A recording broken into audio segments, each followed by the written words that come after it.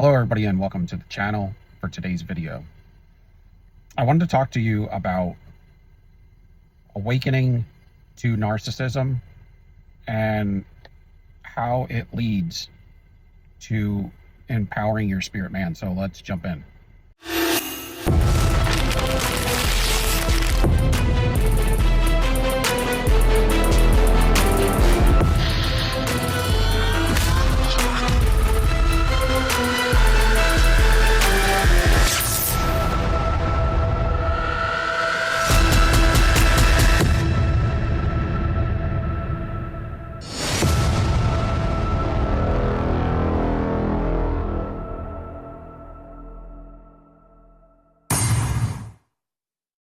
I wanted to talk about when you awaken to narcissism, because something happens for some of us. The sources of supply that were the one that gave everything to the narcissist. You handed them everything but your birthright, the piece of paper to have pretty much control over. And they wrecked you, right? Of course, they chiseled away at it, and you also grew up in a family where it was hindering you.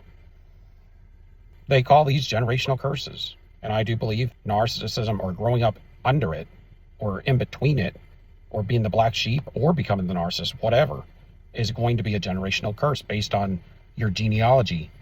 The two people that formed you, you have to pay for whatever cursing comes along with them for stuff that was done in that bloodline, in that genetic bloodline that now makes up you. Down to the 4th generation. I think it talks about this in Leviticus. So you didn't do anything.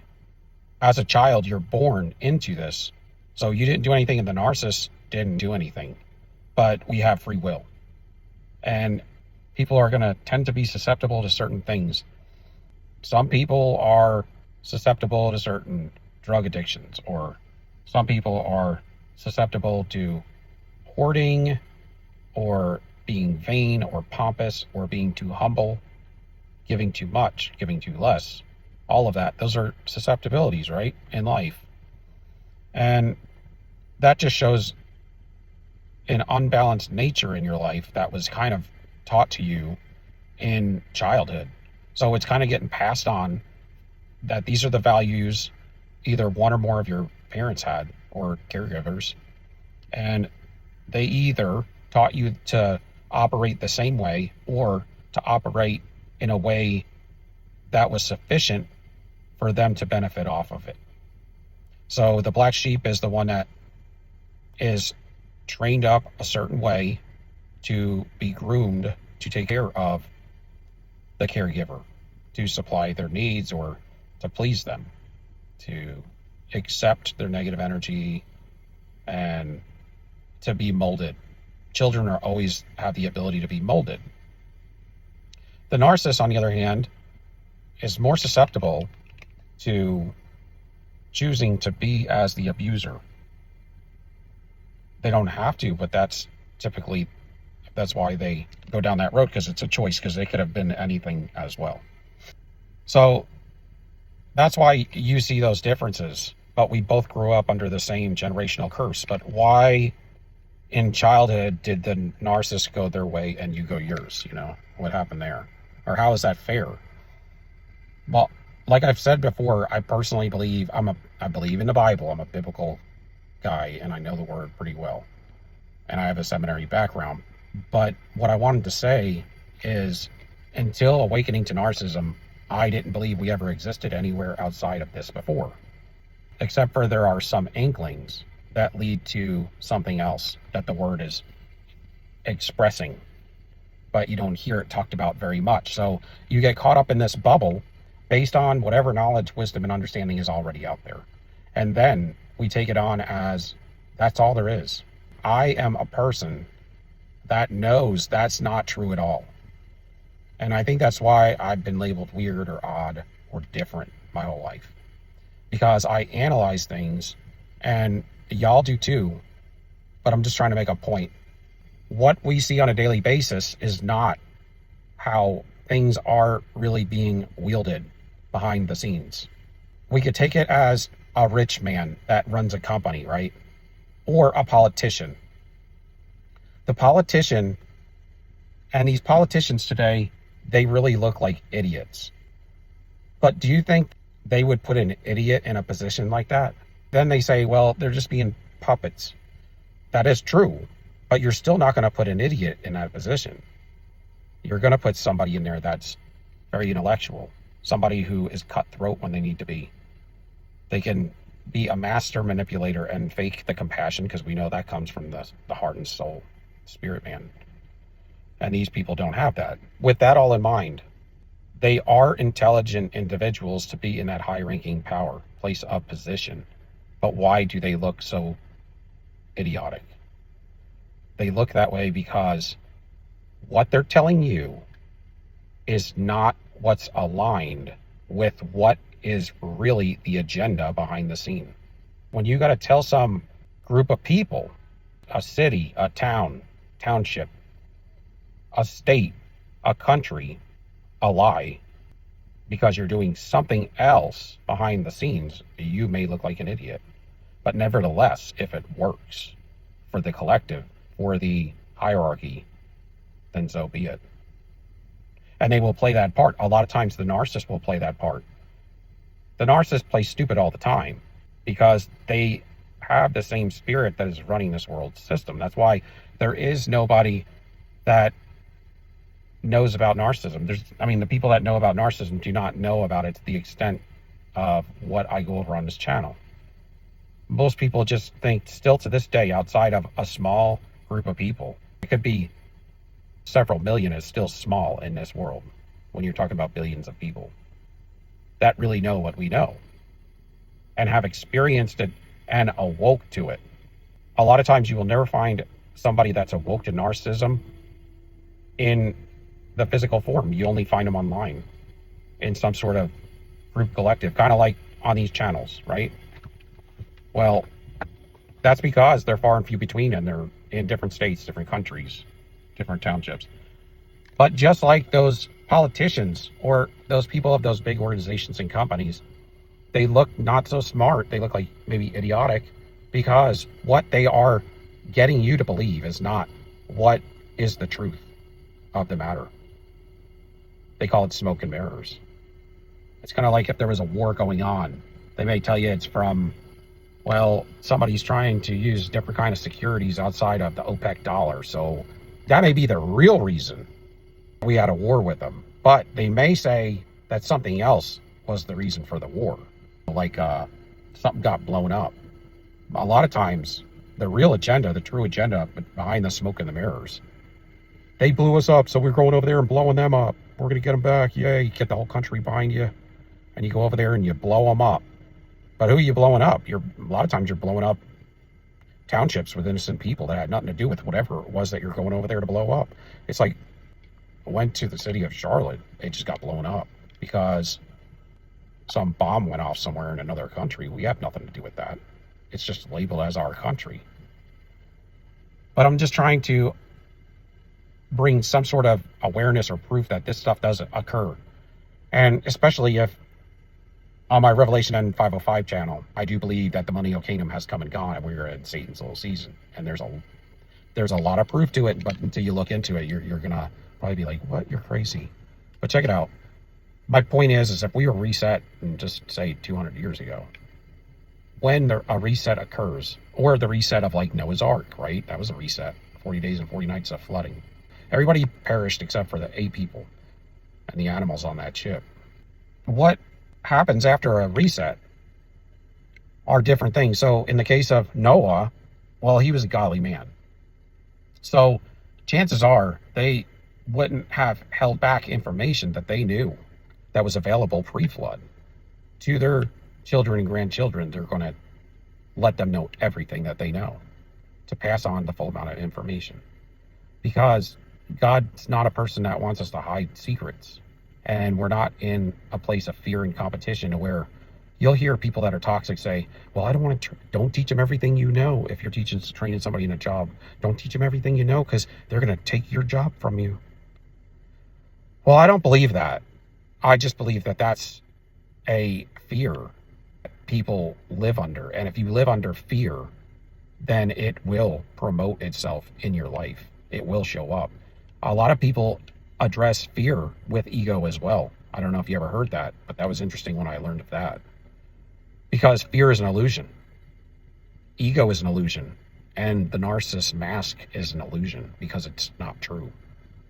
There's no reason to fear when you are appointed into your destiny. Before we came here to this earth, however we were born in the spirit, God had to, the Almighty in the heavenlies, before we entered earth, had produced us. He had created us somehow. I don't know if everything was birthed from him or what, but somehow we were created. Not birthed, but, created, meaning through his speech, through his action, some sort of motivation. It's my best guess right now. But between being born in the spirit and placed here to be tested, right, there is a gap.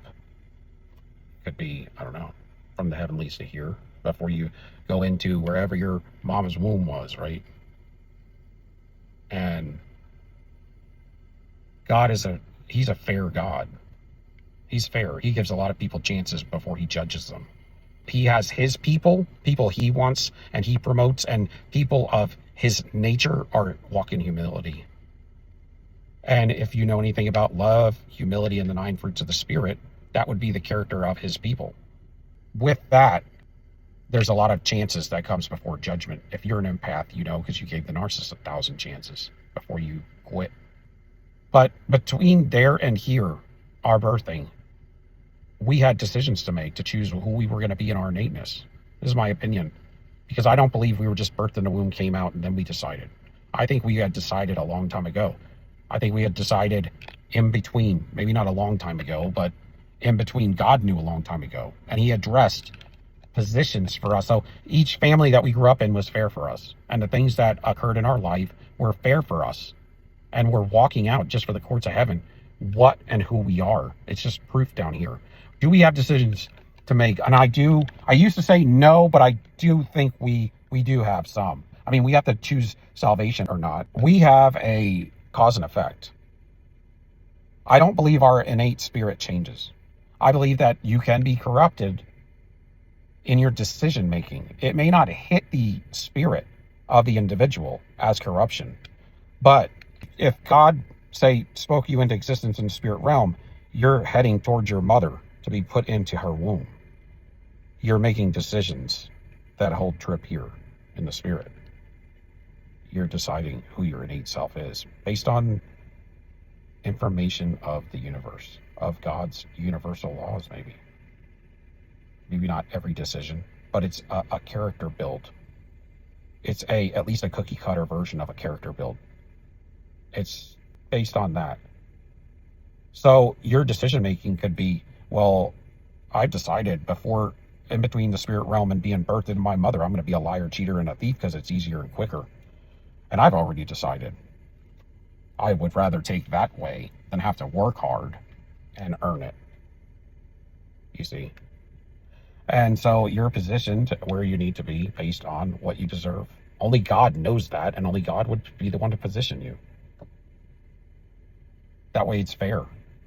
So when these people are born, and when you're born, whatever you decided in your innateness in between from the spirit realm and your birthing or into your mother's womb, you had already made some decisions, but you hadn't acted on them. Your innateness now is built with certain items in it. Some people can be amazing with the Lord. Some people are purer than others or become that way. And then some become liars and thieves and destroyers. But all the sin occurs when we're birthed from here, birthed out of our mother, and then we have decisions to make and act upon, lies that can form, and what molds us is based on the 9 fruits of the Spirit. Now, you do have the opportunity early in life to give up on those. When you do give up on those, you become the narcissist, or heavily narcissistic, whatever you want to call it. Mainly narcissist if you gave up on love and the 9 fruits. But that brings your aura down to a certain level, that 199 or less. And that's a level that is in tune with the abyss, with hell itself. If you run on a higher vibration of love and joy and peace, and that's what you want to promote, that's what your loins are promoting, that will become your aura. And it may be hard work, right? But nevertheless, it's right, and you know it. And so that's what you work towards. And you also have made some other decisions and calculations, such as, you know, if you don't do things right, there's going to be a price to pay for that. You may have to go back to the drawing board. You may have to be doing things you never wanted to do, like sell yourself, because that's all. Now you're stuck. I'm just saying, there's different things that could happen. You can form addictions. It's not good. You could be under somebody else's bondage because of finances and be forced to do what they tell you. But what I'm saying is most things in life are an illusion. And a lot of things where we think that we have all the information because it's all got to be out there now. If we were reset 200 years ago, see, when Noah was involved in being the head of the reset, that's one thing because he was a godly man, so that he didn't hold back information. But at the end of the Millennial Kingdom, between that and the little season, Satan's little season, that's going to be run. The reset is going to be started up by the enemy and the fallen ones. And they're going to hold back anything that the Lord will allow them, any kind of empowerment and goodness that the Lord will allow. So there's stuff from antiquity that was held back to us in this last reset, say in 1812 or 1776, whenever it occurred. Because that's when the short season, little season started, in my humble opinion. If you go to my Revelation N505 channel, I kind of spend a lot of time on that. And with the biblical narrative first. And I'm not a preterist. It has nothing to do with preterism's a totally different thing. This is a different way of understanding the word, the way it's supposed to be. And it's been hidden from you. But what also has been hidden is after this last reset, a lot of ancient knowledge has been hidden from you. But God has appointed us in this world for certain times to do certain jobs, to make certain understanding available, to shine a light and to broadcast it. Because there is power that we do not have, power that we do not understand, that the word is trying to explain to us. And God positions his chosen people in places to rise up where you were never supposed to, according to this world's history, right? Or the way the current affairs are going, people in your life are like, they'll never be nothing. That person will never be nothing. Look where they grew up. Look what they're doing now. But see, when God rises you up, it's quick. It's quick because you already put the work in behind the scenes and nobody knows it. Nobody knows the time and the pressure. Nobody knows the stress and the spiritual attacks that went on. You just didn't speak on. It wasn't necessary. But the people like the narcissist come into your life and you're born in a certain sort of way because you are the developers of this ancient knowledge. Either to promote it, to learn it, and to speak it for the first time ever heard since antiquity, this ancient knowledge. When you do hear it, the chosen people are the ones that can walk in it. So either to alert and allude to new information, or to understand that information and have the ability to walk in it. But I do believe that between God creating us and us being put in our mother's womb before we were birthed, we had decisions to make that came and gave us to our innate spirit. And that never changes. The narcissist can only become a narcissist at a certain age level, because after that certain age level, the people in their innateness are going to have too much information to ever be susceptible to becoming a narcissist. So the narcissist is fixed because they are the weakest of the bunch as far as being used. But they are a lot of times very spiritually gifted as well. It's almost like they were the called, so they had the same gift. They grew up in the same family, but The black sheep was the one that was chosen, the one that was completely underestimated, that was never going to be anything. God hides his chosen people for a time to rise up and to walk in a power that this world has never seen before. And that is what I'm trying to bring y'all. Because what you see in the modern day church today, I don't care what anybody has to say, is not the power that they were walking in at the time of the crucifixion or rightly thereafter. You don't see that power anymore. Why not? Because we don't have the information, because we haven't gotten it. We have been too caught up in this 3D world and wanting the world to try to teach us the gospel. And that's what you have. These mega church pastors are of the world, y'all. And I'm telling you, and when I first got saved, I thought these guys were God's #1 prophets. And I know a lot of people do out there, but I'm telling you, they're not. You can't be on TV for an extended period of time and not be completely corrupted in the system. They're basically spiritual narcissists. And time will tell every time the corruption that is lined up behind them.